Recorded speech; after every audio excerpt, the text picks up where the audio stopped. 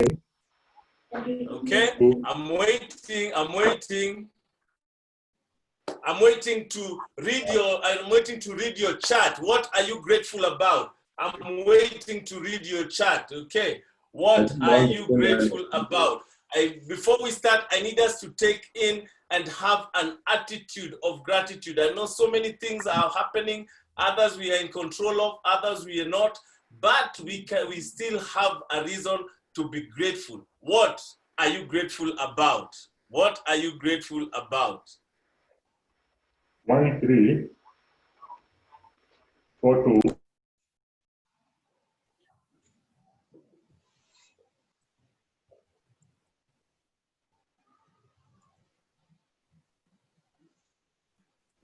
Are we there? All right. I can see someone is saying they're grateful for his kids, my kids. All right. Faith is saying that she is grateful for the gift of life. Thank you, Faith. Sammy Mobile is telling me I'm grateful for my kids. Audrey is saying I'm grateful for the peace of mind. Very important. Joy is grateful for good health. Chacha the same, grateful for good health. Faith, grateful for good health. Nancy, you are grateful for good health. I am telling you, it can never get better than that. I am grateful for my healthy, happy life, and that's Fadili. Patrick is telling me grateful for all the blessings from God thus far. Thank you. Wendy is grateful for good health and peace during this season. Amazing. Mercy is grateful for family and friends. Grateful that I can enjoy the small and free pleasures of life. Very important. Thank you, Mercy. Helen is saying life, friendship with God, with family, with friends, provision, sanity, relative health, many things. Thank you. And Helen has gone all out, you know. I have a Luya here, I believe, who is saying that they are grateful for a pet, which is a chicken, okay? Asante, those small things matter in life, okay? Jason Dogo is saying that their health is a gift from God. Ladies and gentlemen, tonight I want to all of us to have an attitude of gratitude like we were taught last week, that is the first thing for us to have an emotional, to be healthy emotionally, physically, and also mentally. The most important is that we also must have an attitude of gratitude. So, mabibi na mabwana, tonight we are out to have quite a treat. We have with us tonight a 3-time survivor, cancer survivor, who is already logged in, and then we have a doctor also. We'll give them some time to educate us. This here at Candid Conversation is where we log in to get enlightened, to be inspired, to be educated, and also encouraged.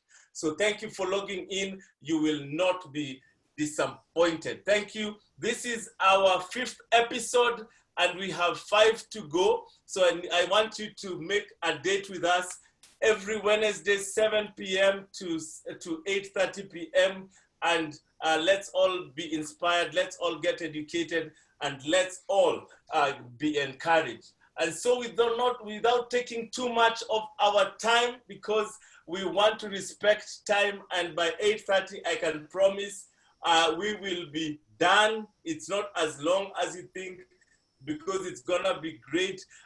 So ladies and gentlemen, let's put our hands together, and we put it like this because we are meeting virtually. I want us to put our hands together and invite our 3-time cancer survivor to give us her story, to take us through her journey, and to let us know that cancer is definitely not a death sentence. Let's hear from none other than Dr. Mary Mugambi. Karibu sana, Dr. Mary, please. Karibu sana, karibu sana. Thank you, Mr. Mwangi Chege. I hope everyone can hear me. Can you hear me? Yes, so far so good. Oh, okay. Again. Okay. So I would like to begin by thanking everyone and especially you, Mr. Mwangi and Ms. Muli, for inviting me. Let me open my screen so that I will not take too much of your time. And let me see if I can share. I don't like to talk too much. In fact, I just like to share on the screen. Let's see, is it coming? Oh, please let it come. It's good. It's good, Daktari. It is okay? It's okay. I'm trying to get it to, there we go. Yeah, Okay, you can this click is it my so that topic. sorry that, yeah, you're good. You're good. I'm okay. It's okay. This is my journey, cancer, my journey, and practical nutrition tips to help people survive. Okay, and that is who I am.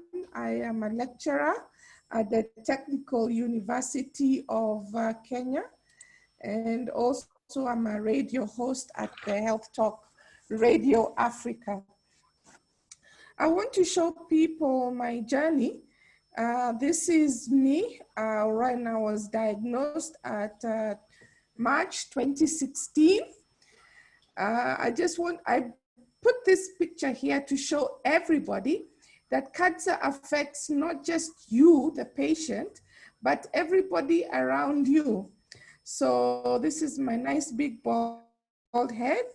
I was diagnosed with stage 2 breast cancer. And what happened is I had to go through a lumpectomy, removal of the lump. And then I went through 8 sessions of chemotherapy. And then the journey continued with 1 month radiation every day. Then as time went by, July 2019, I was struck again, but in between 2016 and 2019, I lost my dear mother to the same disease. We were going through chemo and radiation together. And she succumbed, but I lived on. But cancer was not done with me. July 2019, it struck again on the same breast and came back with stage 2 new lump on the same breast. 4 doctors told me that they could not save my breast, but they removed it. So after the removal and recuperation, I went through chemotherapy for 12 rounds. And this time there was no radiation because once the site has gone through radiation, they cannot put more radiation on it. So that was that for me. But the gods and the divine were not finished playing with my body. So exactly a year later, this July, while dressing, I found another lump on my mastectomy scar. There was no breast, but still a lump came through or started growing, and this time it was a very aggressive. The doctors didn't even let me last more than a week. We had to go through very urgent surgery, and that was quickly done.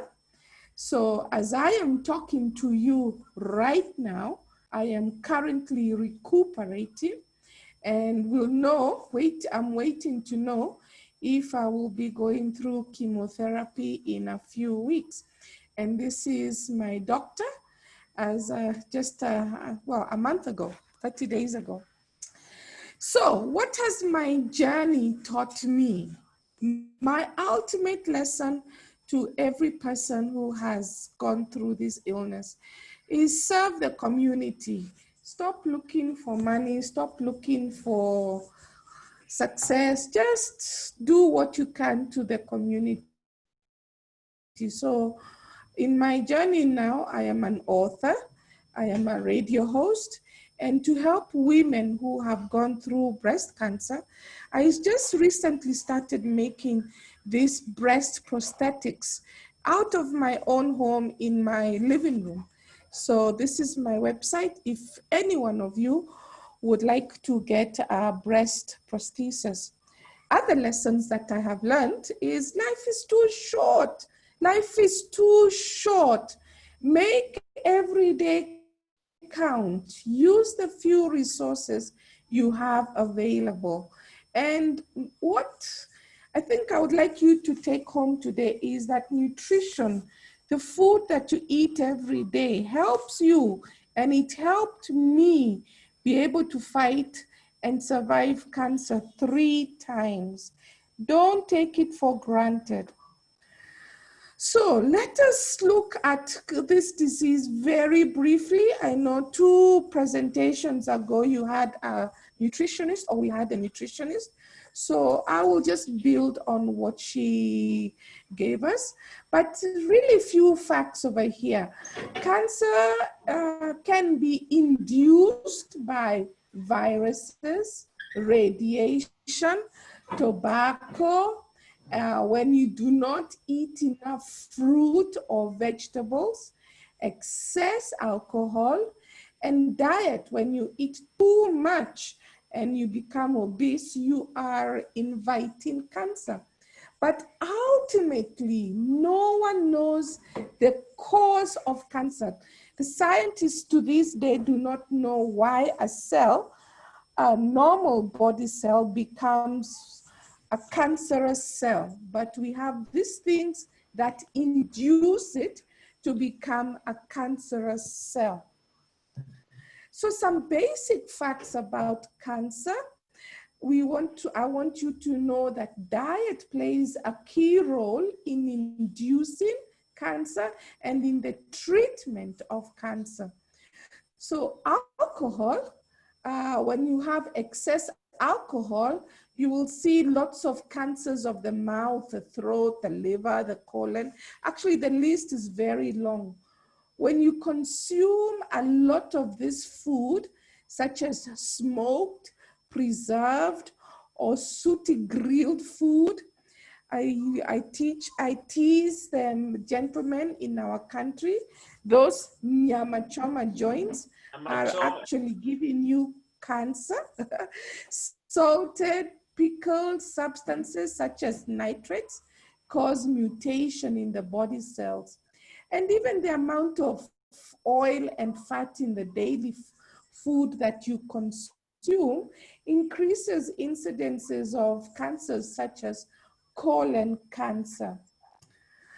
Now, you have heard that story that when you eat very bright colored food or fruits and vegetables, they have cancer fighting chemicals or nutrients, and that is not a myth. In this table here, you can see all these bright colors that you find in your vegetables and your fruit. And here you have your phytochemicals. For example, in your tomato, which is red, bright red, you have lycopene. In your spinach and in your sukuma wiki, which is green, you have lutein. So the more of these dark, bright colored fruits and vegetables, the more of these phytochemicals you're taking in, or cancer fighting nutrients. When you eat your mango from Mama Mboga, you're getting beta carotene. I'm hearing voices. Is there a problem? I can't see anyone right now. Hello? No, Doctor, you're okay. Keep going. Keep going? Okay, yeah. Thank you. That's good to know. You're doing good. Okay, now a basic message I would like to leave you is the minimum fat in food, and the more colorful it is, like you can see here, the more protection you get. Here is your typical mamamboga fruits that you'll get at that corner market, that kiosk that is there by your house. Those don't discount them. They are really good nutrients in there. If you make your food as colorful as this plate of rice with your carrots and tomatoes, even your, if I can see here, some onions, things that are every day. And the more you eat of them, the more protection you get every day, every day. That's the key word. Now, this is before you get cancer, but now nutrition takes a very big key role during treatment, especially during surgery and radiation. I will talk about chemotherapy in 1 minute. If you're going through treatment, you're going to need high calories and high protein foods.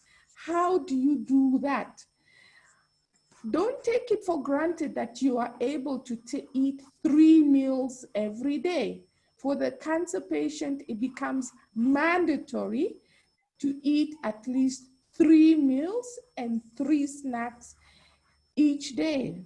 To add calories, for example, you can add oil to the person's plate and during cooking, or you have a big bowl of nuts where they're snacking throughout the day. You are adding calories. To add the protein that they really need, you can add things like milk powder to their tea, which already has milk in it, or you can add milk to their cooking, nuts, peanut butter to food. One thing that is really important is that rehydration is critical. This patient has to drink at least 2 liters of water per day. A normal person like you needs 2 liters per day, but it is absolutely critical for the patient or the person going through treatment to drink 2 liters of water per day. What about chemotherapy? Well, chemotherapy, we manage with the symptoms that the person is having. If the person is having nausea or vomiting, avoid food orders. I was complaining to my household today that I divorced red meat long time ago. So anytime she makes beef or meatballs, I have to go out to my balcony and close the doors or go to my bedroom and even put the towels down on my door so I do not smell the delicious meatballs. Diarrhea, the best thing to do is reduce fat or oil in the food.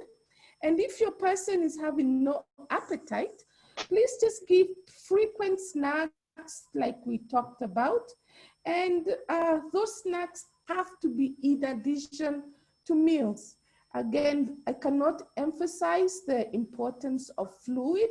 Drink, drink, and drink. And once you're finished, drink some more. So that is all I have for now, ladies and gentlemen. I will take questions maybe when I am allowed to do that. All right, asante sana, Dr. Mary Mugambi, much appreciated. Thank you for your presentation. I am waiting for your questions, guys. I'll give us about just a few minutes, about 10 minutes, and I'll take questions for Dr. Mugambi, and then we go on to our doctor who is on standby. Let me see the questions coming in. Kindly type your questions. But as I wait for the questions to be typed, Nkata is saying, wow, indeed you are an inspiration. 3 times fighter and passionate about sharing your story and creating awareness on nutrition, praying for a good report and your speedy recovery. My friend Samia said this is really good. kumbe have been missing out. All right, good stuff. So we thank you for the encouragement there. Dr. Kiduki, we have seen your comments on distortion. We'll try and do what we can, okay, in a short while. Janet is saying, so nice to see you, Mary. What impact does aflotoxins have on of cancer? Is this from food storage conditions? And this is a question from Janet. Dr. Mary, can you answer that? Hello? Dr. Can you hear me? Dr. Mary, can you hear?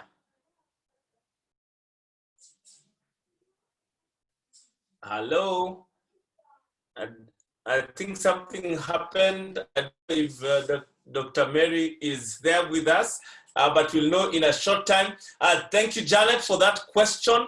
And then Esther is asking for the website. We will share her website shortly. We will do that. I will ask Michelle, if you have that website, kindly type it out for those who need it.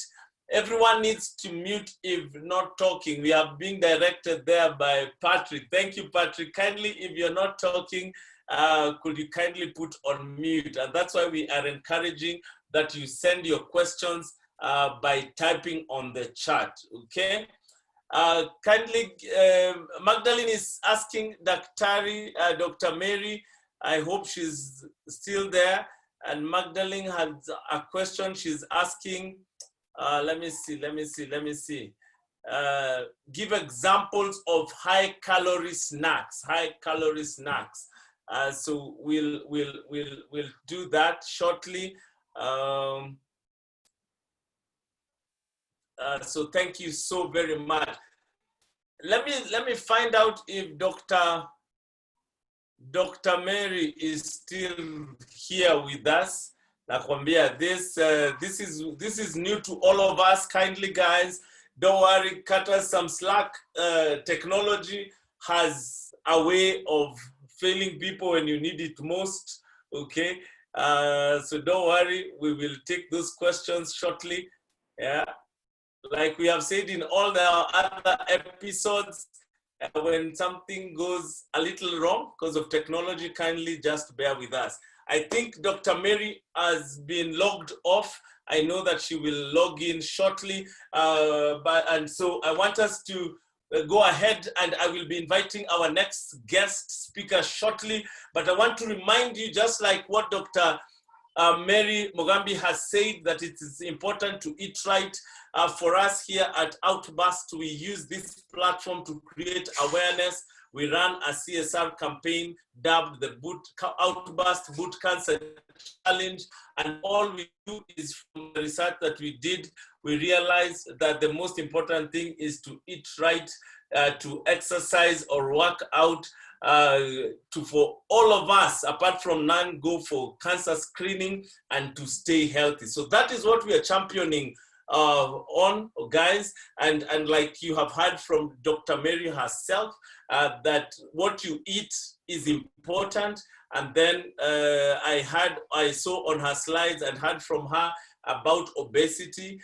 So all those excessive calories are not good for any of us. And then let's take charge. Let's go for screening. Let's stay healthy, and let's keep hope alive. Ladies and gentlemen, I want to invite a friend of mine who is the managing director of Zambezi Cancer General Hospital. I've known him for a while. He's been of great support to us at Boot Cancer Challenge. And tonight he will be talking to us about the myths and misconceptions surrounding cancer.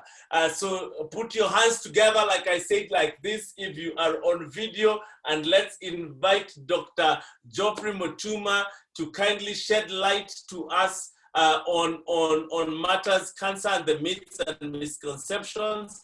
Daktari, kindly enlighten us and educate us. Karibu sana, Daktari. Right. Thank you very much, Mr. Mwangi. And I think the first thing is that I have to start by thanking Dr. Mary for the information she has given us, which was very good. And actually, he covered almost what I wanted to say today. So I think mainly I'll focus on what cancer is and the misconceptions which people have about cancer. The first thing which I would like to cover is that I'll not use slides, I'll just talk throughout. And the first thing which I'll need to cover is actually what is cancer. When people talk about cancer, what we get or what we understand cancer to be. And the first thing is that cancer is a part of the body which grows without control.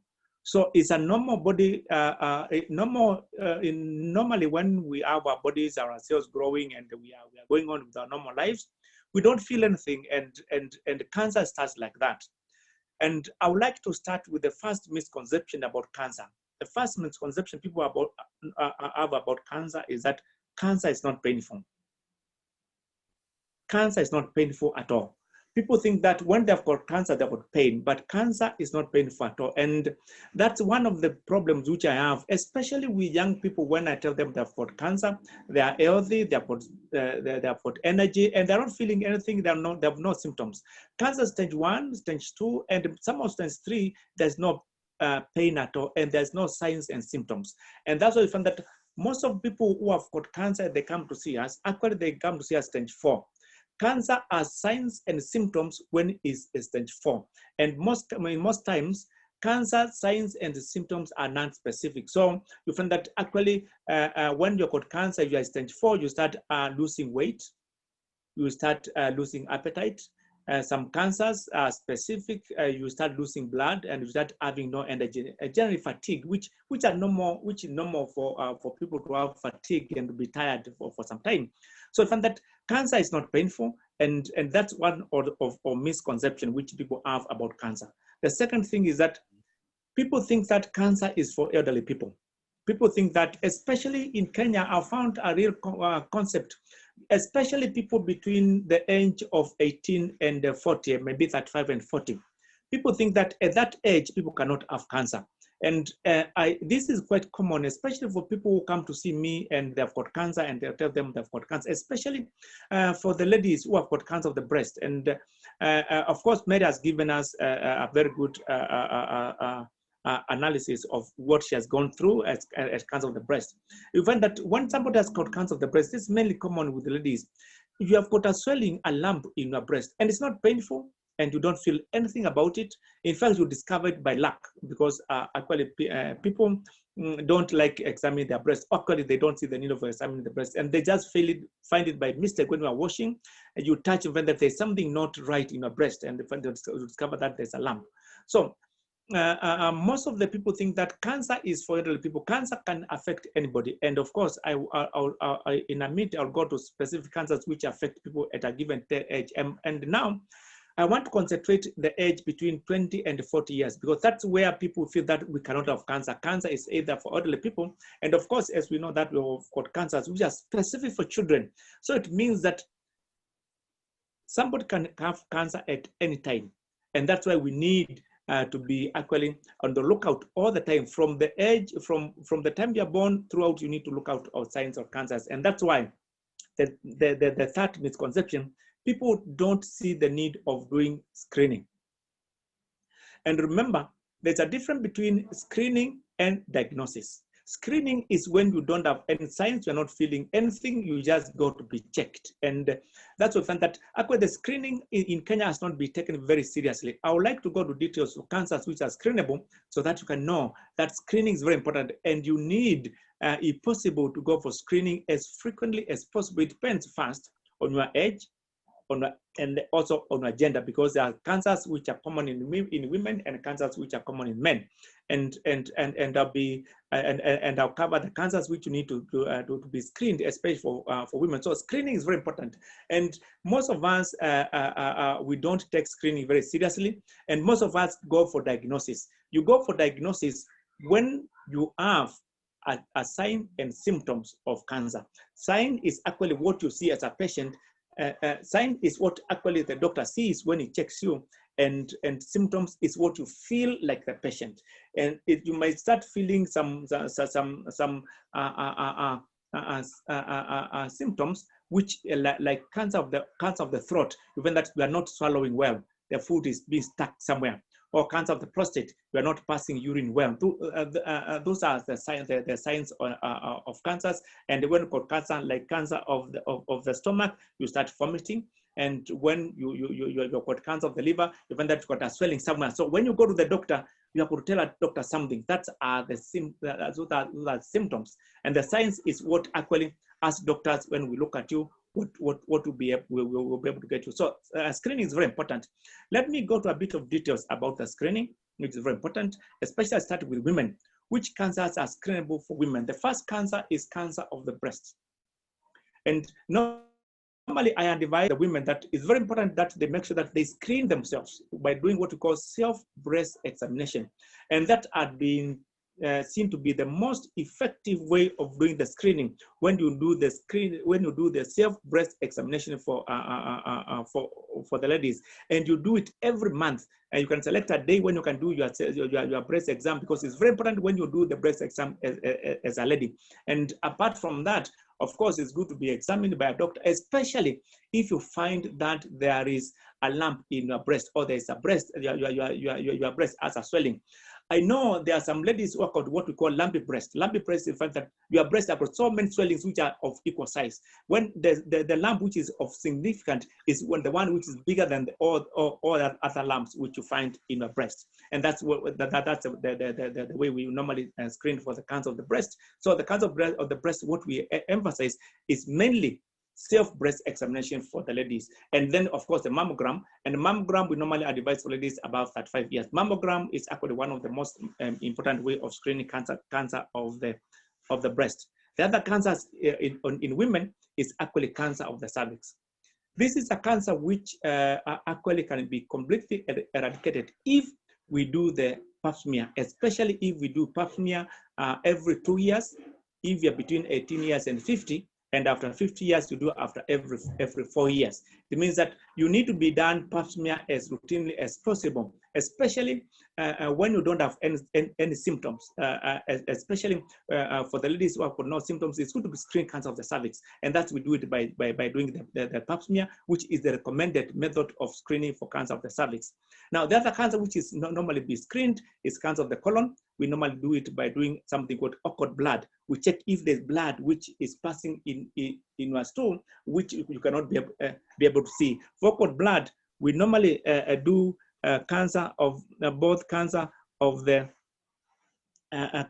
cancer of the stomach and also cancer of the colon, which is also very important. And then for more diagnostic way of actually screening for cancer of the stomach and of the colon, which is a bit expensive and we don't normally recommend it, is actually to do endoscopy and colonoscopy. That actually we normally recommend when you've got signs and symptoms and when you need to be diagnosed. So cancer of the stomach and the cancer of the colon can be screened by doing occult blood and also colonoscopy or endoscopy respectively. And then cancer of the stomach, which actually is becoming one of the common cancers in women, both women and men, is actually to be able to do what we call H pylori. This actually a test which is very common to most people.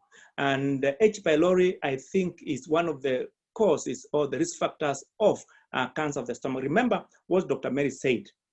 Nobody knows the causes of cancer. We just know the risk factors of cancers. And that's why we normally advise people, it's good to go for screening, especially when you are being told that your H pylori is positive. If your H pylori is positive, it's very important to make sure that you continue to be checked. You go for treatment and you continue to be checked. So cancer of the breast is screenable in women. Cancer of the cervix screenable, and cancer of the stomach. And the other cancers which are screenable, of course, by using cancer antigen, which we call the CA antibodies, is actually cancer of the ovary, which is very important. And normally that's cancer of the ovary is quite common in ladies between the age of 20 years and 50 years. And that's why we normally recommend, it's very important for the ladies to be done CA 125, and also cancer of the pancreas to be done CA 199, and other antigen which are a bit expensive. Those are the cancers that are screenable in women.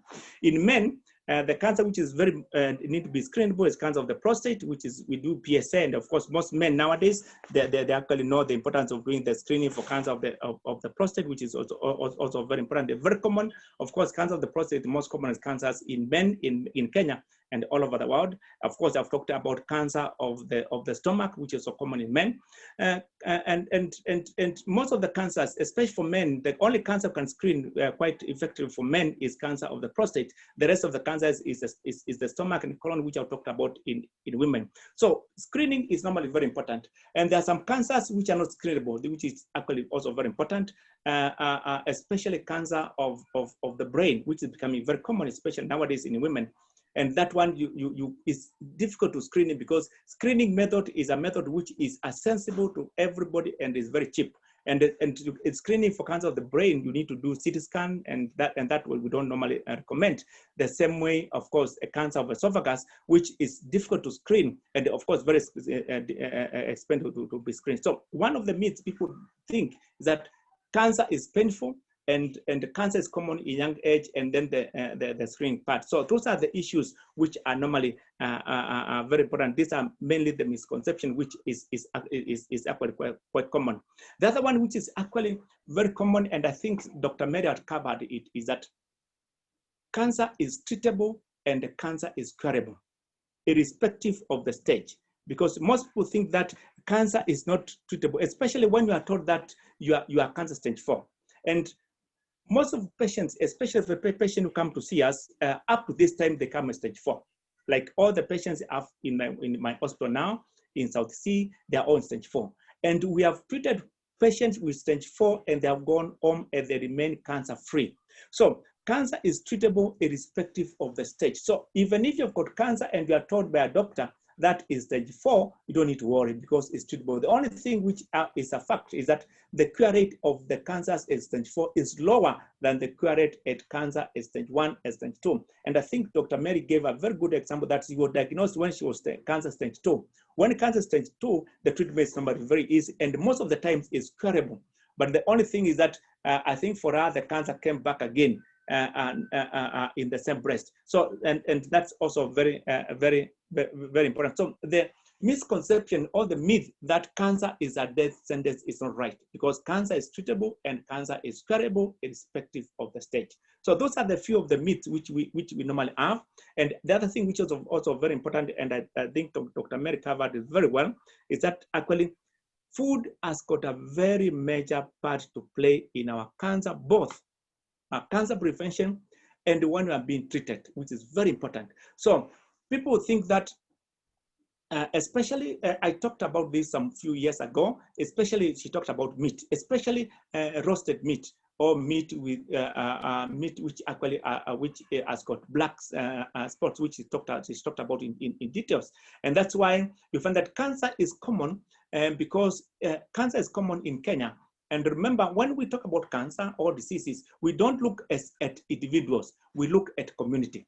The community in Kenya, cancer becomes very common in our Kenyan society. Why? Because we are eating too much meat. I think I talked about this, and people are saying that Maasais eat meat and they don't have cancer. But I can tell you for sure that we are having very high rates of cancers, especially on the people who eat meat. And that's why I found that in our Kenyan society, because of eating red meat, and we don't eat vegetables the way Dr. Mary said, we don't eat fruits and vegetables, and we don't eat whole grain, and we don't eat fruits.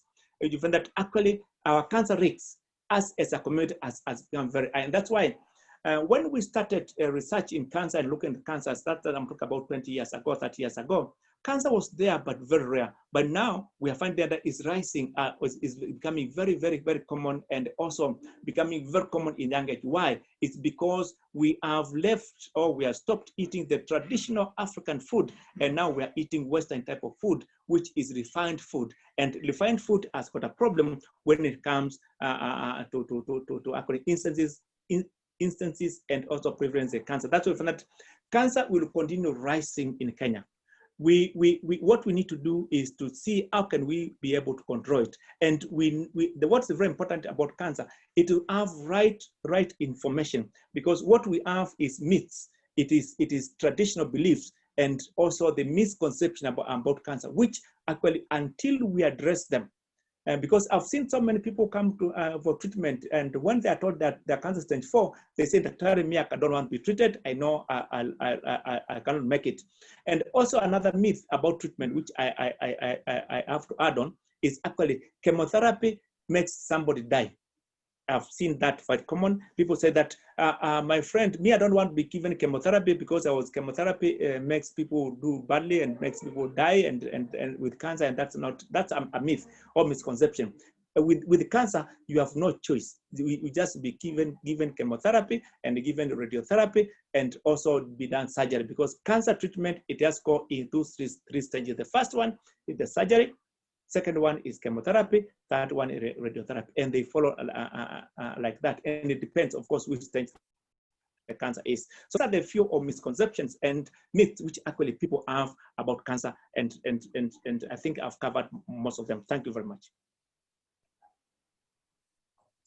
Awesome, awesome. Asante sana, Daktari. Thank you, Dr. Mutuma. Amazing stuff there.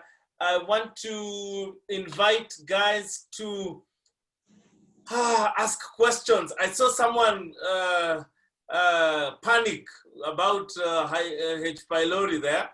I don't know whether it's because they have had a bout of it or they know it's common. But what do you have to say about that, Dr. Mutuma? H. pylori is a very common infection, especially for most of the people. We find that H. pylori is very common, and for people with H. pylori, it's normally very important to make sure that once you have H. pylori, you are treated and the disease is cured. Because once you have H. pylori, it has a tendency of recurring, and you can have H. pylori this year, and next year you also have H. pylori. What I've seen is that most of the patients, when they are not cured by the first dose of H. pylori H. pylori treatment, so you have got to go the first cycle of treatment, which will take 7 months, when you are given H. pylori kit, and then you have to go for the second dose for another 7 days, and then you have to keep on to be checked. And the checking for H. pylori, it has 2 tests. First is the test of blood, which you test for antibodies, and test for stool, which you test for antigens. And it's very important whenever you are doing your H. pylori, you know which test actually is be done, because H. pylori antibodies, you can be positive for H. pylori antibodies for a long time, even when the H. pylori is not there, is not active in your body. And then you can also do the stool, which gives the active disease in your body. When your stool is positive with H. pylori, it means that your H. pylori is with you and is in the stomach. What you feel when you have got H. pylori? You have got pain in the stomach, in the epigastric region, and that's why you find that actually when somebody has got H. pylori, there are some foods which you cannot eat. When you eat some food, you start having a lot of pain in your stomach. And most of the times is that most doctors tell you that don't eat this food, especially the food which brings a lot of acidity or a lot of pain in your stomach, especially when you eat sukuma wiki, when you eat beans, when you eat onions, when you eat pepper or pili pili. Those are the foods which actually bring a lot of pain because they've got a lot of acidity. And the most important thing, what I tell people is that it is not the food which has a problem, it's the stomach which has a problem. So it's good if the doctor treats your stomach so that you can eat each and every food. And that's why I normally advise people is that once you start the treatment of H. pylori, eat the food so that you know if the H. pylori has been treated. And that's why you find that cancer of the stomach nowadays in Kenya is #3 in men, #3 in women. Why? It's because of high rates of H. pylori. And remember, when somebody has got H. pylori and they have got epigastric pain or stomach pain, he does not have a problem, because once you avoid the food which brings the pain goes. Once you take something like Actor, once you take something like milk, the pain goes. But remember, the H. pylori is still active in your stomach and you make changes. And me as a pathologist, we normally follow And we have seen when the patient has got ulcer in the stomach or a wound is in the stomach, that wound normally converts to be cancerous. And that's of that. People who have got H pylori and they got stomach ulcers, after some time, those ulcers convert to be cancer of the stomach. And that's why cancer of the stomach is very common in Kenya and rising very high, because most people are positive with H pylori and their treatment is not complete. Thank you. Dr. What you're saying is when we have these conditions, stomach conditions like H. pylori, like ulcers, that we should make sure that we get to the bottom of it, get treated completely. I hear like that's what you're saying. You get treated and you also check and confirm that the disease has already been eradicated from your body. Because sometimes people are treated and the H. pylori is not completely removed from body by the drugs. So you have to go for a repeat dose and repeat treatment. That's why not most people nowadays they're going in fact for more than 3 or 4 cycles to be able to eliminate the H. pylori in the body. I think I'm seeing there are many questions about H. pylori, and most likely, I don't know, but tell me as a doctor, is it because when we are treated, maybe the first dose, when we go home and feel better, do people come back, or they think and they move on with life?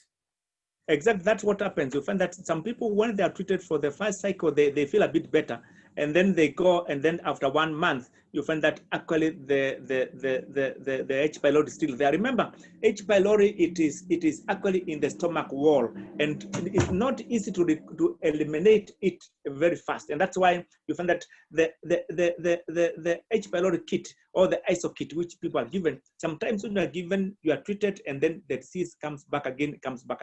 And it's always good to make sure that you are treated and you check yourself, and you monitor your signs, your symptoms, and know, is it eradicated? Do I still have stomach ulcers? And when you've got H. pylori for a long time, we normally advise people to be done endoscopy, where the doctor puts a tube and checks where if you've got an ulcer or a wound in your stomach, and it takes a small part of it that we call a biopsy, and then we check to know, in that ulcer, is it a clean ulcer or is ulcer which is converted to be cancerous? Because most people have got that ulcer, it converted to be cancerous without knowing, so that by the time they come with cancer of the stomach, it's always very late, and sometimes you cannot do anything about it.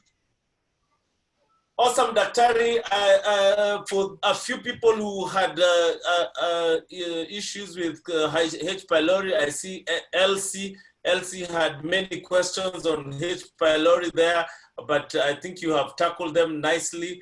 But I can see Dr. Mary Mugambi is signaling me that she has something to add. Go ahead, Daktari. Just to thank you, Mr. Chege. Can you hear me? Yes, you're loud and clear. Okay, just to add to what Daktari has said, from a nutrition point of view, once you go through the treatment for H. pylori, it is a good idea to start eating items like yogurt. And I bring the subject for yogurt for one reason. The digestive system is covered in what we call bacteria, good bacteria and bad bacteria. There is usually a balance, but once the balance is off and the bad bacteria continue to grow, then you have problems. So when you start eating yogurt, even 2 times or 3 times a day, it brings back the balance of the good bacteria throughout the digestive system, from your mouth all the way to the, the end of the digestive system, the anus. So it is a good idea to get into the habit of eating yogurt at least once a day, if it is affordable. If not, you can even learn how to make yogurt. But for patients who have got H. pylori, we always recommend, after you finish your H. pylori medication, or even together with your H. pylori medication, you must bring back the balance of good bacteria in your GI. And that is by eating yogurt and making sure that you have lots of fiber in your food. Thank you. Awesome, awesome. Dr. Mutuma, someone here is asking, actually it's Lucy. Lucy is asking, what are the symptoms of colon cancer? I want to read another one. I think I don't want people to panic and get scared. But Sharon is also asking, what are the signs and symptoms of throat cancer? I want you to go ahead and just, there's one more, Grace. Grace is saying, what about the patients who have chronic gastritis? I think this one, she's combining this with what we had talked about, H. pylori. Daktari, kindly go ahead. All right. Thank you very much, Mwangi. And I think the first question is about the signs and symptoms of colon cancer. And what my first reaction to that is that cancers, we have seen the stage 1, stage 2, stage 3, the lot of signs and symptoms, especially for colon cancer. By the time you have signs and symptoms of colon cancer, is already stage 4. And that's why all the patients who have got colon cancer, they always come at stage 4. And the signs and symptoms of colon cancer is first, is have constipation. You start with bloating, you start having constipation. And sometimes you find that you cannot pass stool, or when you go to toilet, you have blood in your stool, you have blood stained stool. And then at the end, you find that you cannot pass stool at all because the cancer blocks the passage of the stool. And that's what you find that actually when most people come where they cannot pass stool at all. So you start with the bloating, what we call chronic constipation. You're constipated all the time, and when you go to toilet, you take too long time to pass stool, and when the stool comes, it's very little and is stained and it's very hard, and then the last stage that you cannot be able to pass stool, and that's when the cancer has blocked the colon and the stool cannot pass. Chronic gastritis. Chronic gastritis is caused by H. pylori. Chronic gastritis is when you have acidity in your stomach, and that acidity is brought by H. pylori, and that brings the ulceration of the stomach wall, which progresses to have the cancer after some time. So chronic gastritis is actually precancerous. When you are told that you have got chronic gastritis, it means that that chronic gastritis, there's a change in your stomach wall, and that change will progress and also go and develop and have cancer because of the changes in the stomach. So most people who have got H. pylori have got what we call the chronic gastritis. I think the other question was on, can you remind me the other question? I think it was only that. Let me check. Let's take those ones. If I remember, I'll come back to you. But I'm seeing Dr. Mugambi is a bit proactive. Someone was asking whether it's flavored or natural yogurt, and you have gone out there already and you've answered. You say whichever is okay as long as it is not expired. Dr. Mugambi, which one would you prefer? Which one would you recommend?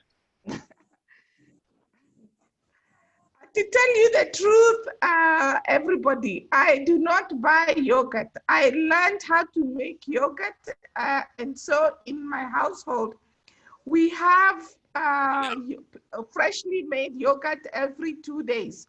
So as long as it is not expired, and I keep saying that because what you're really getting at is that the good bacteria, the number of good bacteria in the yogurt is what is important. It is not the flavor. Really, after you swallow it, it doesn't matter. But as long as it is as fresh as possible, with as many good bacteria as you possibly can, that is what you're getting at. And that is what will give you the positive health benefits. Awesome. Asante, Daktari. But Daktari, you know, we like sweet stuff on our tongue. That's the problem. you know. So natural yogurt it's not as palatable, but and then I'm worried, you know. So we have to take yogurt, and Yes. you're recommending the one that is not flavored because it's better. And then on the other hand, you're telling us not to nyama choma. Sasa tutafanya nini jamani, Dr. Mary? Okay, I am going on the basis of this. Okay, the gastrointestinal system, especially the intestines. When you look at the microscope, you will see some little hairs, and they're called villi. And if those villi are stunted and they are not working, then you're going to have problems even digesting and absorbing your food. Now, when you start taking this good bacteria from yogurt, those little villi grow, and that's where the enzymes are. And that's where you're going to start absorbing food, digesting and absorbing food. Now, when you start eating sooty nyama choma, I'm sorry, you're just poisoning yourself. Remember, I did not say do not eat nyama choma.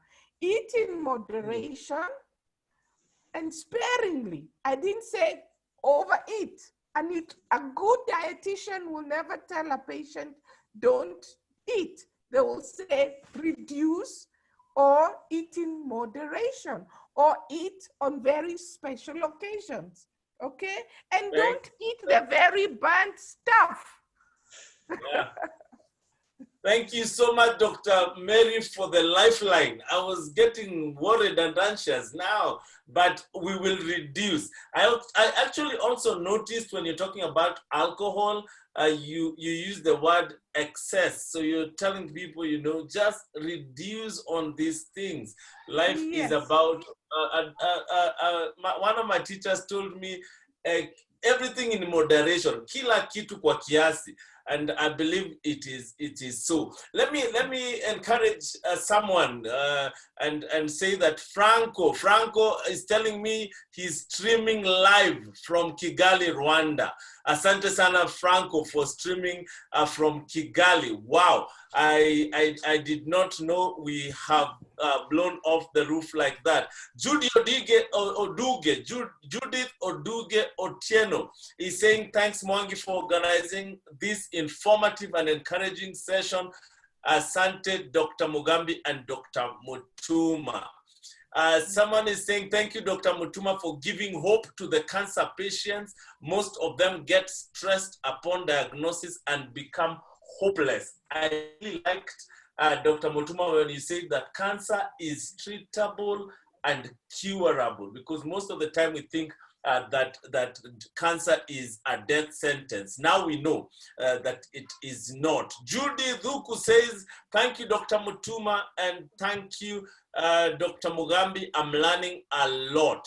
Let me see someone else. They're saying very insightful information. They have a Galaxy. Nice phone there. Chacha, you're saying thank you for the knowledge. Asante sana, Nancy. You're acknowledging that, wow, quite insightful. Thank you for tuning in. Sheila is saying, Dr. Mutuma, I like the emphasis on going back to eating traditional foods. Avoid processed fried foods. So people should go back to Managu and those things. Thank you, Sheila, for your comments. Faith is saying, Dr. Mary Mugambi, you are indeed a strong lady, and thanks for sharing your story and for an educative talk. Thank you so much.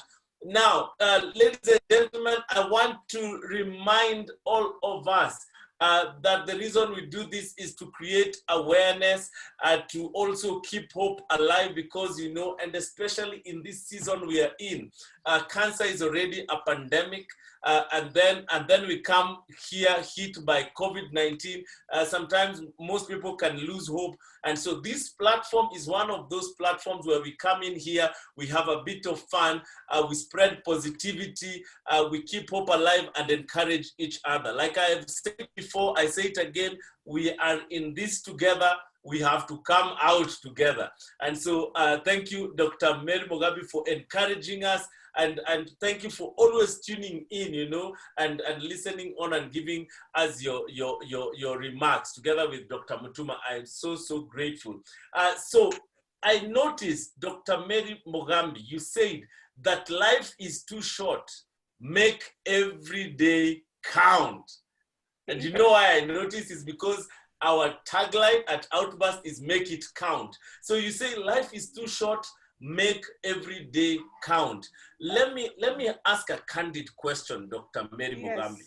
Yes. You are hit by cancer the first time, it hits you second time, and then you're going on the third.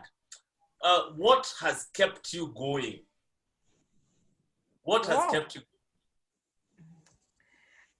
When push comes to shove, really, is that the children need a mother. If I have to say it as bluntly as that. If I give up and fall apart, unfortunately, my family falls apart. So I have to be strong for my two lovely children, and I draw strength from them. Okay, so if I fall apart, I'm taking away somebody's mother. I'm taking away somebody's mother. That's it. And so I have to give my kids their mother. Okay. Yes. Nobody else will do that for me. Oh, great. Dan is saying simply empowering. You know, tonight, I won't lie, we have hit the roof. The numbers we're still counting. We had just come to the limit of 100. I think next time we will have to be able to accommodate more. Only if everyone tonight can promise me one thing, that when we do that, then you will, number one, be on board, and number two, you will invite someone who will log in, okay? Because we really want to do this. So if you promise that if you're here tonight and you will be here next week with a friend or two, kindly type the word promise. Kindly type the word promise, because I can see many people on the waiting room, and unfortunately, how we are set it up, we cannot admit more. So if you promise that you'll be here next week and that you will tag someone along, kindly type the word promise. Purity, I can see you right there with your word promise. Joy, thank you very much. Promise. Mugora, you've said promise. Grace, promise. Franco Asante, all the way from Rwanda. Is it Rwanda? Kigali. Yeah, and there's someone also who has told me that they're also tuning in from Kigali. Is it Joash? Asante sana. This is awesome. And for real, the world has just become a village. Wycliffe is telling me he has typed out big promise that he will be here. I know that he has been here. And so thank you very much. Elizabeth, you type promise. I can see Elizabeth promise. An iPhone that has promised. Rose promised. Samuel, you promised. Josh, Asante, you promised.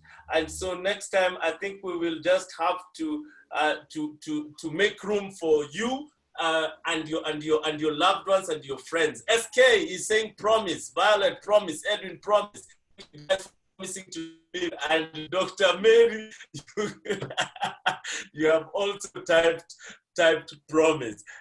Now, ladies and gentlemen, we are almost winding up, but I don't want to go before I ask Dr. Mary a few questions that were posted when you had a hitch, and I will read them out, not in any particular order.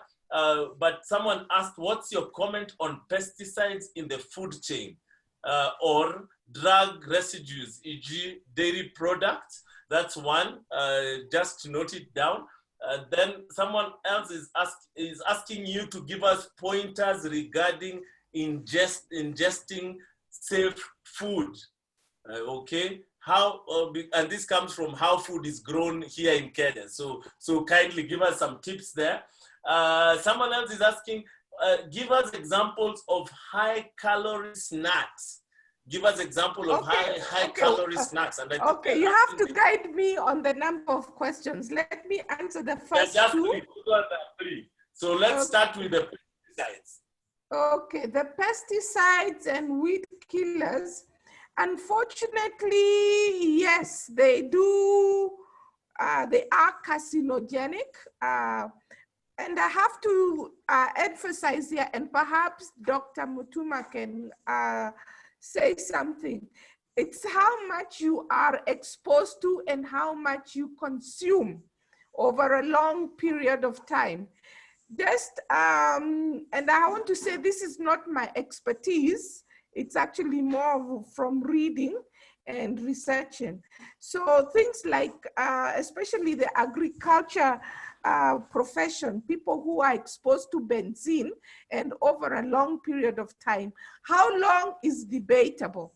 Okay, so yes, pesticides and weed killers do induce cancer, especially in agricultural professionals. However, if you're not on, exposed on a day-to-day basis, I think I'll have to go to the experts for that.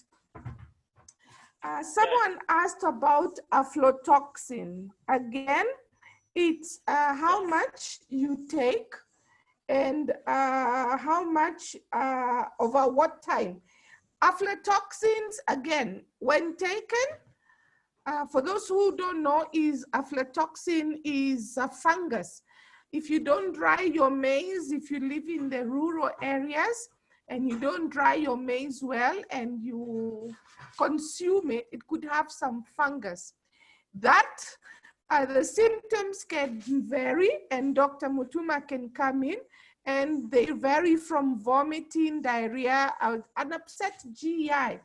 But in high doses, yes, they are life-threatening. You can go to the WHO website and see for yourself. They do cause kidney and liver cancer.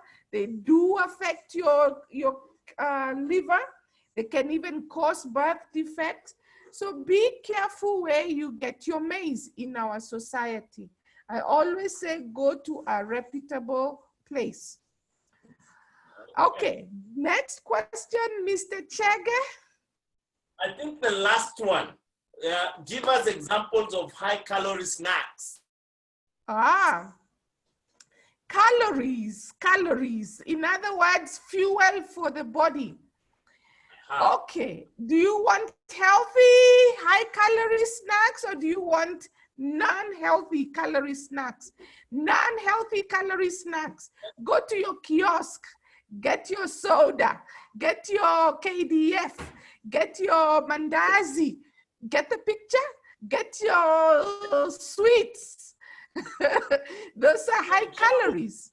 The excess fuel that your body doesn't really need, but they don't have vitamins. They don't have any nutrients. Okay, the other flip of the coin is good high calorie snacks. I just said it a few minutes ago. Our njugu karanga, the peanuts. Yes. You get me? That I even call in the street. Okay, your njugus are dried fruit for those who want to spend a little bit extra. But just your plain fruit, eat your banana and your mango. That is a good snack. Okay. Okay, suppose you don't want to go outside of your house and you have just plain porridge in your kitchen. How do you make it extra calories? You make it or cook it with just milk alone instead of water, add a little bit of butter or oil and your nice sugar. That is a high calorie snack. How do you make your ugali high calories? Well, when you're boiling the water, add oil to it. And if you want, you can add milk to it. And so you're adding extra calories into a plain ugali, where it wouldn't have been high calorie at all. Yes. Make sense? Awesome, awesome. Actually, I'm seeing Judy is already saying, appreciating the tips on healthy eating and positive attitude, treatable and curable. Awesome, awesome. Now, I want to throw this one to Dr. Mutuma. Dr. Mutuma, someone's saying that you have a friend who works for KEBS, so you need to hook us up for a future event. You need to hear on this panel so that because of the importance of control and inspection before certification as clear for the use, for the food. But that was on a light note, Dr. Mutuma. But look, Dr. Mutuma, someone is saying, comment on the chicken, broiler versus kienyeji. That's being consumed by many of us, the related effect, especially the broilers. Doctor. Right. I hope everybody's hearing me now. I think mainly what we recommend is mainly the kienyeji.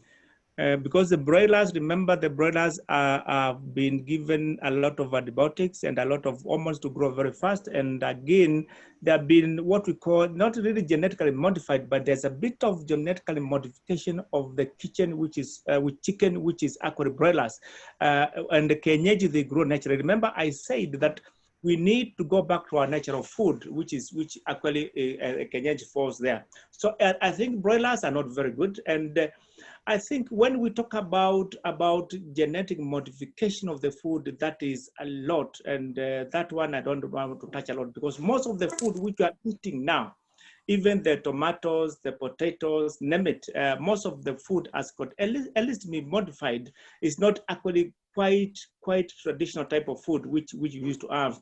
And that's why we normally recommend the traditional kienyeji, the chicken which actually it is in the rural area, it is not given food, it goes out to look for its food, and it's not zero graced. And remember, the brothers as zero graced, they're given a lot of chemicals, a lot of manufactured food, and that's actually not very good. When you come to eating kienyeji and broilers, or the chicken which you normally eat here in Kenya, and more so in big towns. Because that's where you find that actually that's where the broilers come, and they are consumed a lot, especially by young people between the age of 20 and 40 years.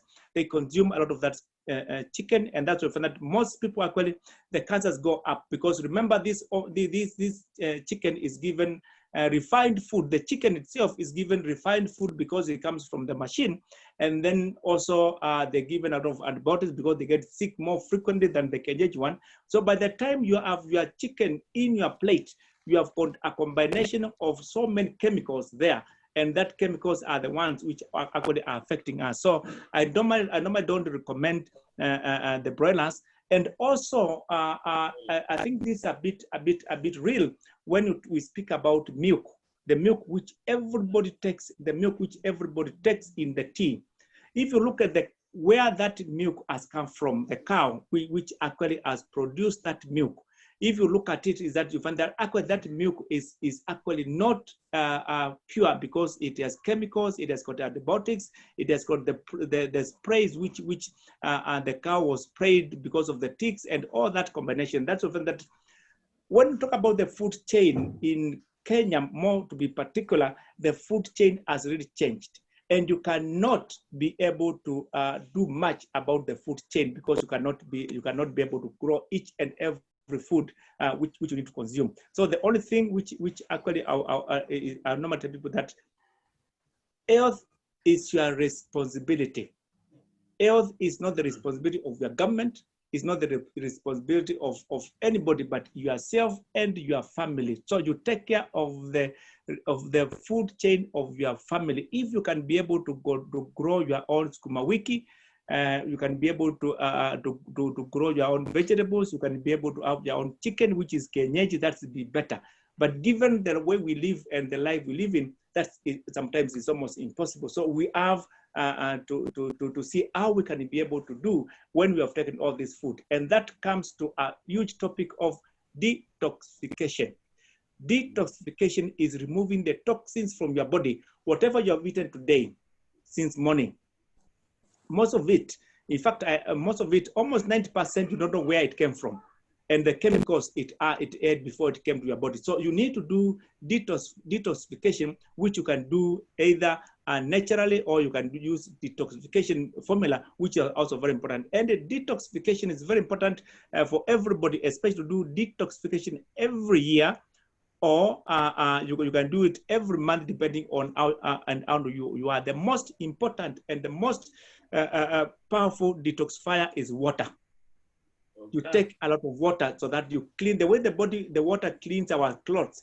When we take a lot of water, also it cleans our cells, it cleans our body. So it's always good to take detoxifiers, which are normally very important for our body because of the food chain and what we're eating nowadays. Thank you. Asante, Dr. Mutuma. Thank you. We have very few minutes remaining. I want to throw this one question here asked by Sister Susan, and I will throw that to Dr. Mary Mugambi, and then you can give us your parting shot, and then I'll give a chance for Dr. Mutuma to offer us his parting shots. But I have noted your concern about the numbers, and Kenneth Onyango, asante for your suggestion. And Kenneth is saying, use Google Meet. There is no limit on participants or time. We will change to that platform. Thank you for that. Dr. Mary Mugambi, Sister Susan asks, what about helping people?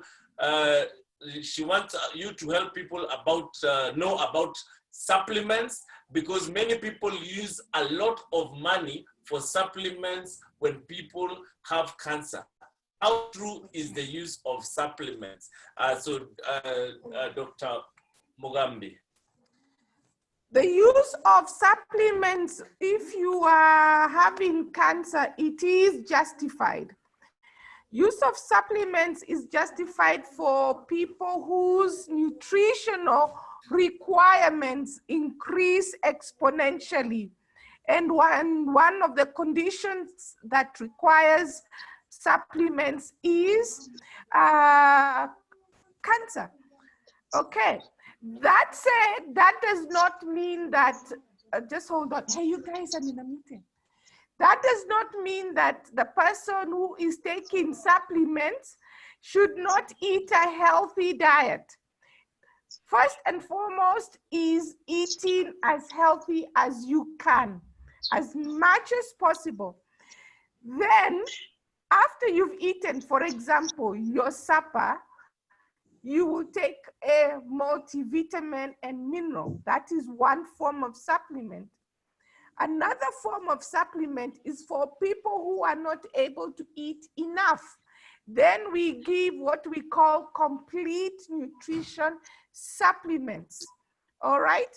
Those things are called, for example, Ensure, Nutrient, Liptomil. They're all in the not supermarkets, but you get them at the pharmacy, okay? So supplements are required for people with cancer.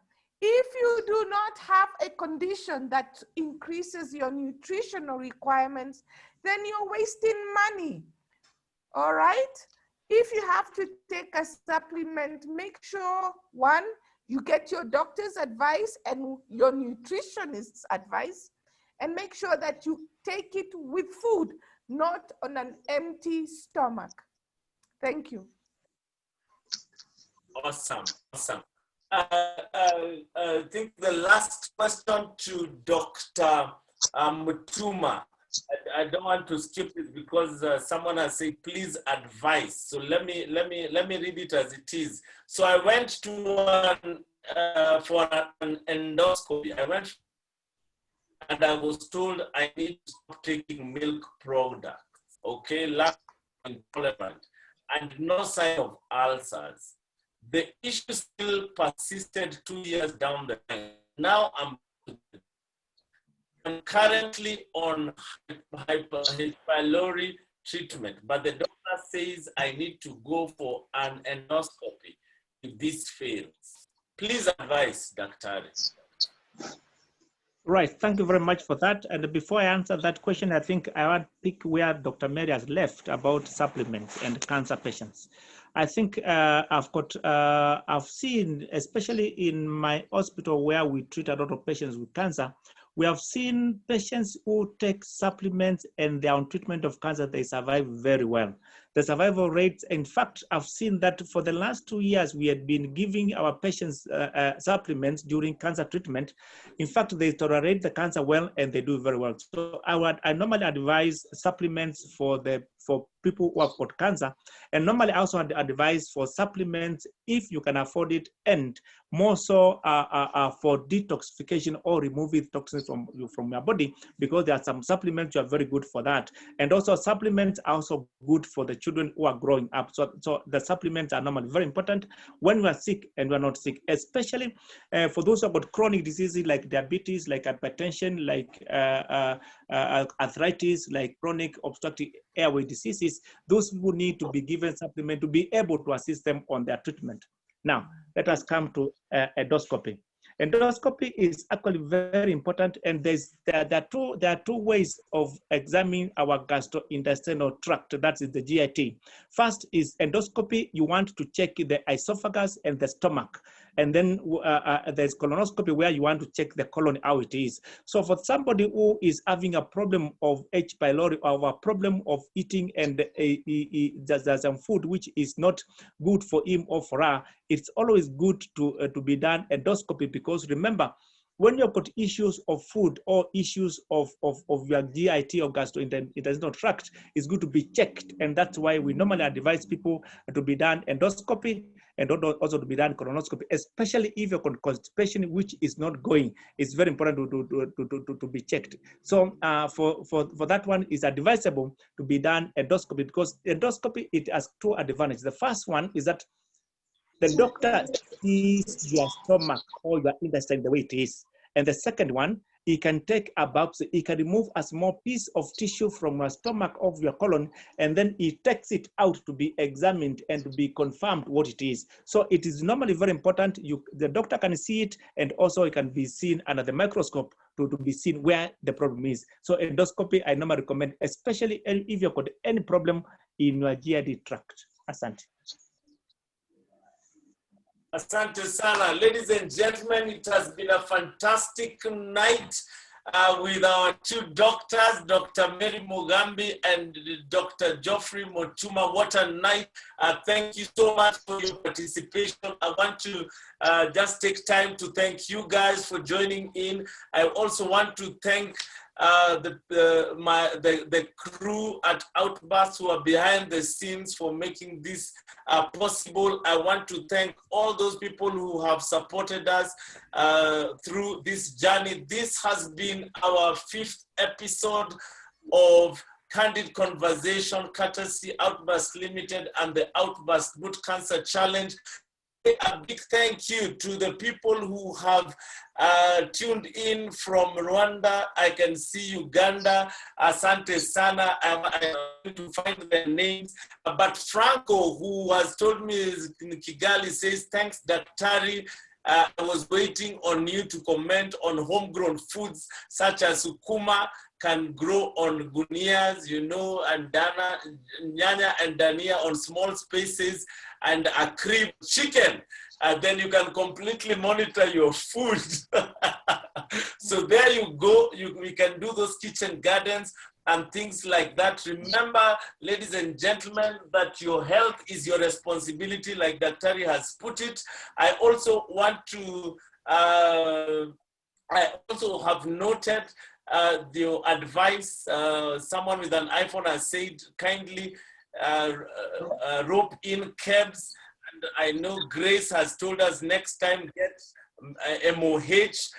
If you have contacts, we will be more than grateful to invite these people on board because all of us are thirsty for knowledge. We want to know as much as we can. We want to do all that we can because like it has been said before, I say it again, your health is your wealth, is your responsibility. Unfortunately, Most of the time, we spend a lifetime looking for wealth and we forget about our health. Then, after you have gotten all the wealth, you use all of it to try and get back your health. And so, ladies and gentlemen, let's try as much as possible, even as we chase for wealth, okay? Make sure that you take care of yourself and be responsible and be in charge of your health and make sure that that is intact. I want to remind all of us that here at Good Cancer Change, we have committed to supporting those who are living with cancer and the caregivers.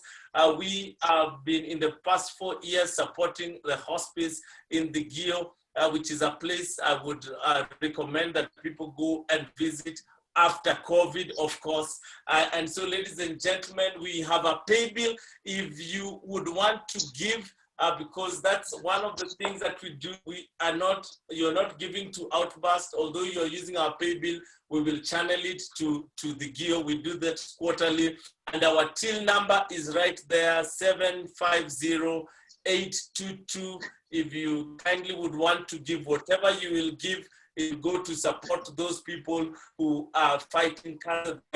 Many families have patients who cannot pay the bill. And amazingly, the one time I went there and asked, what is your biggest need? I was shocked. They told me it's adult diapers. And you know, with you buying a packet and the other one a packet, we can all support them. And so kindly, ladies and gentlemen, the till number is right there, 750822. I also want to remind all of us that in October is when we will be having our annual event dubbed the Boot Cancer Challenge, where we all come together and do some physical activity, get enlightened by the likes of Dr. Mutuma and Dr. Mugambi. But this year we will do it virtually because of the season we are in. It will be our very first virtual event. We will do for at least 3 or 4 hours where we will combine simple talks like what we have had tonight. Someone talking to us about nutrition, another one talking to us about, you know, how to keep healthy, physically, emotionally, mentally, and also we will have a chance to actually do this and that and make it fun virtually. And so have yourself a t-shirt, and that will be for 1,000 shillings. It will be delivered to you once you book. Send us a text and tell us that is for the t-shirt and not to go to the Gio. We want to say asante sana for all of you.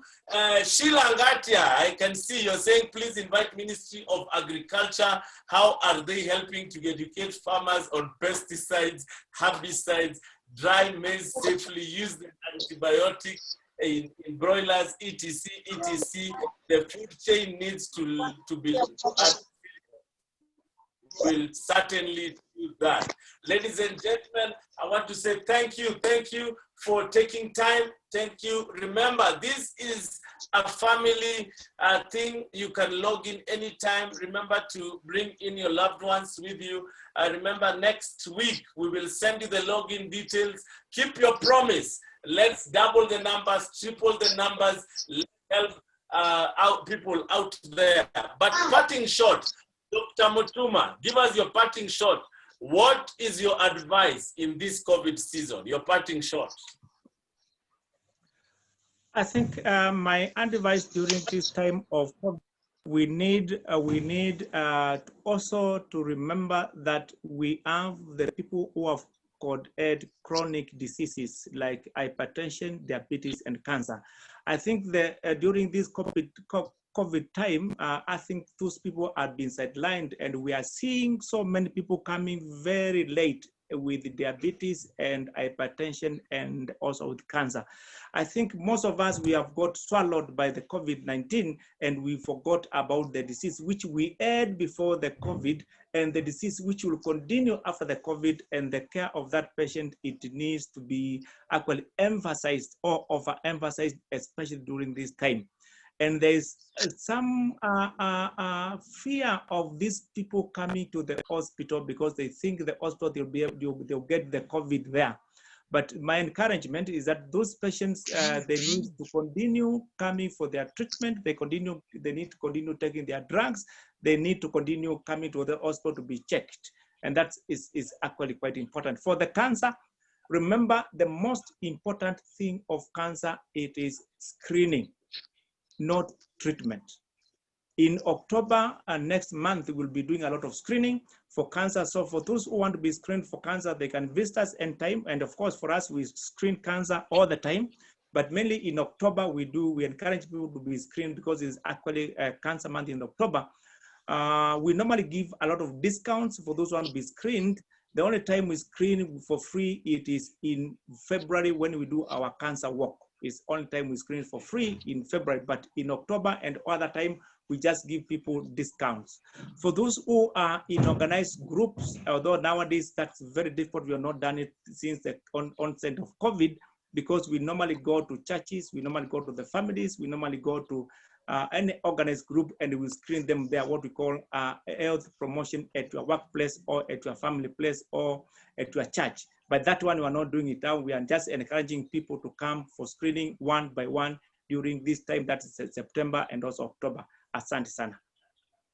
Asante, Dr. Geoffrey Mutuma, you have been great tonight. Many people are saying that the session tonight was informative, eye-opening. You know, they can't wait for next week. Dr. Mary Mogami, kindly give us a parting shot.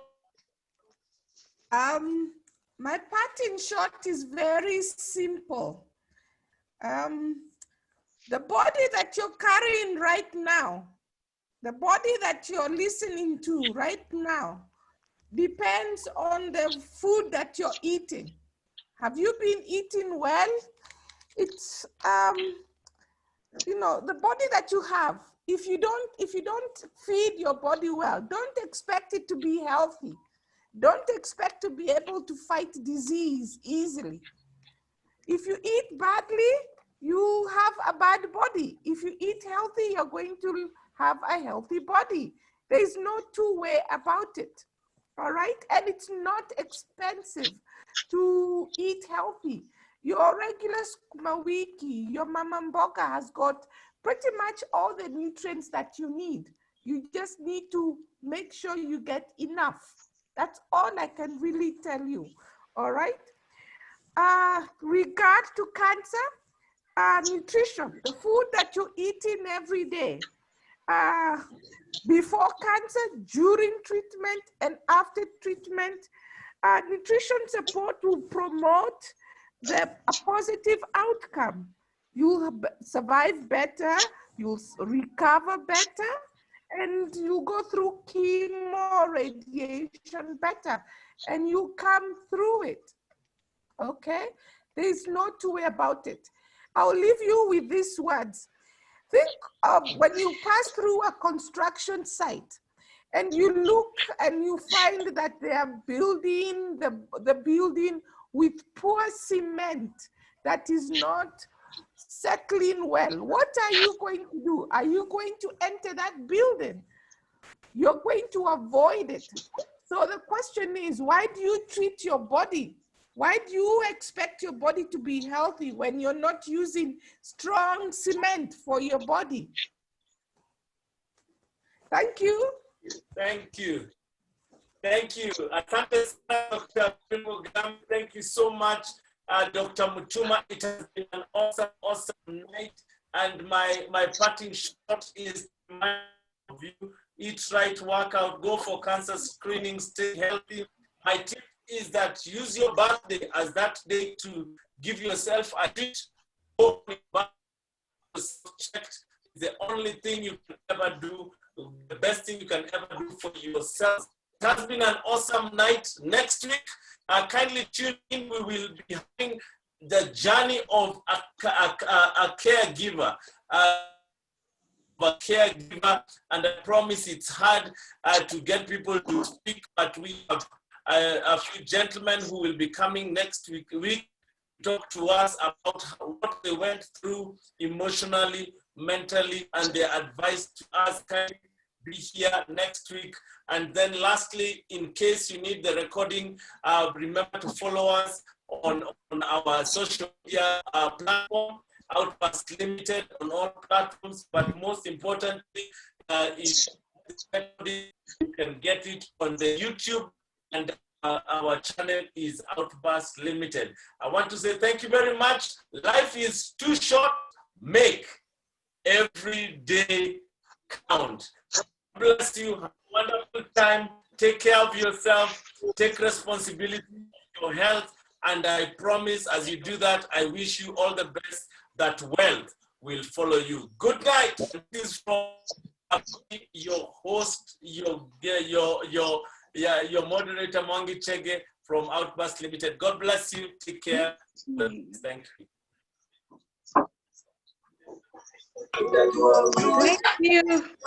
Appreciate it.